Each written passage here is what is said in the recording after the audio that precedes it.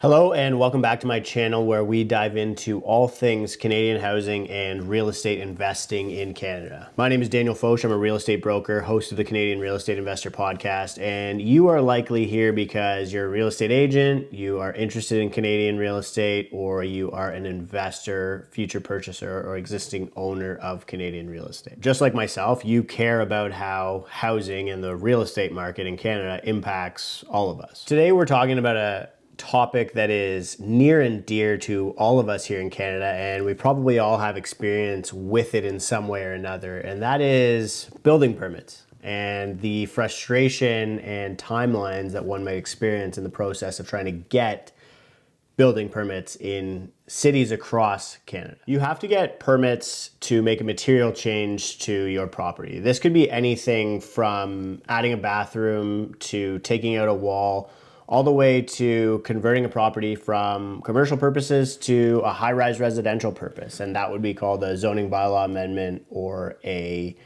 planning application. Before you get a building permit, if you're building new housing, you also have to go through what's called the entitlements process, which includes planning and zoning bylaw amendments or changes to take a property from what it can be used for in present day to its future highest and best use.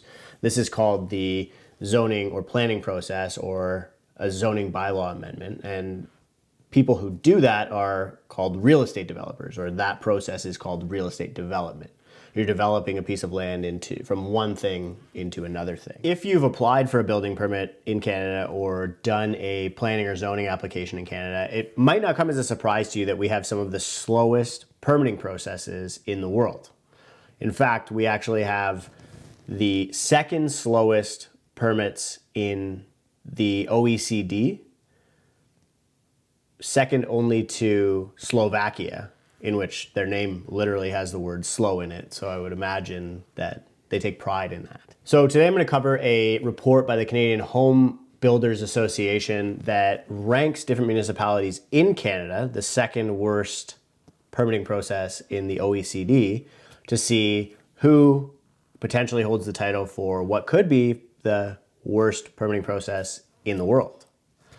If you've got the second slowest country in the world and the slowest, perhaps, city within that country, I would imagine we have a pretty good shot at being the worst in the world. Just a note before I dive in here, if you haven't already subscribed to the channel, I would really appreciate it if you did that. Please like this video if it provided value for you, and as always, leave a comment in the comment section. I love to have thoughtful discussions around real estate. I know a lot of people, other real estate YouTubers, stay away from the comment section. This study by the Canadian Home Builders Association takes 3 key factors and ranks it across 21 different municipalities and how they control the municipal development process.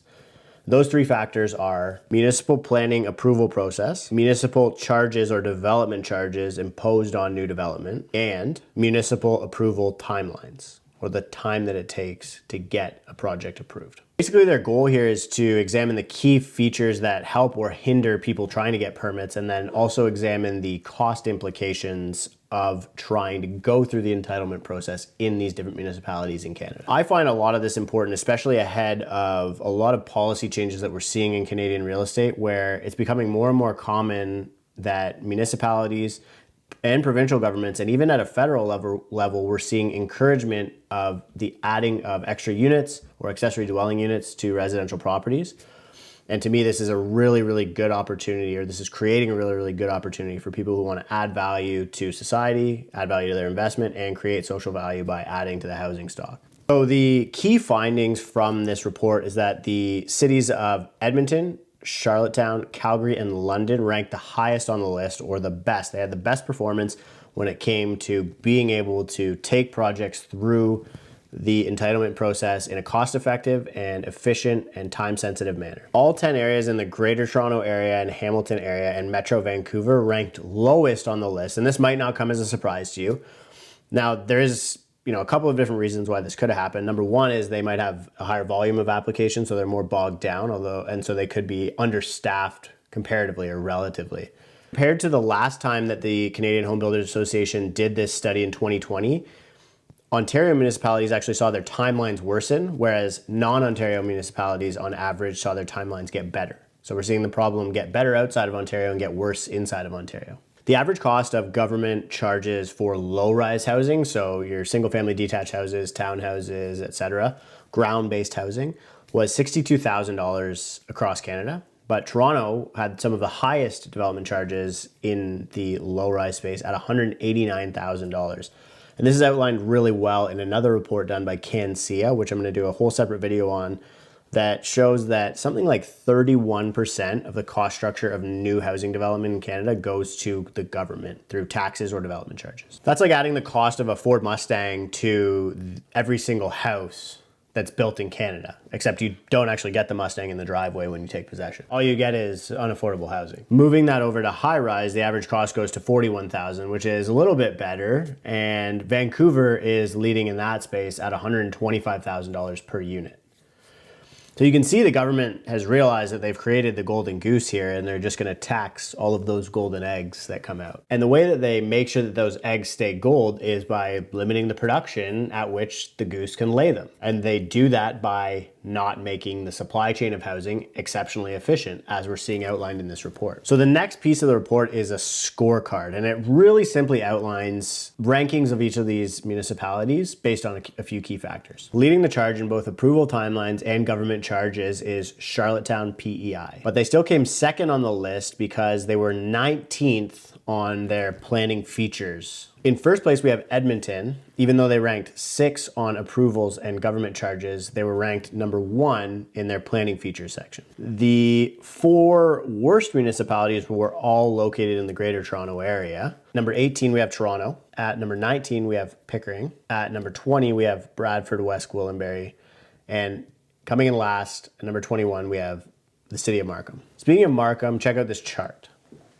They saw the greatest increase in the price of absorbed single detached units since 2006. This might give you reason to believe that there's a correlation between supply constriction and price increases. And the more that supply can be constricted, the more the government can tax things without people really getting upset about it or even realizing how much it's baked into the cost structure. So the report also outlines a couple of different ways that municipalities can improve on the areas that they failed. A big piece of this is some of the forced documentation changes that have happened as a result of the global pandemic and decentralization of the workplace, which really did slow down some of the permitting processes at the beginning before they were adjusting to these technological changes. To me, this really just shows how much the bureaucratic system that we have in Canada has really failed and also prevented one of the most meaningful and important challenges that we face as a nation, which is affordable housing.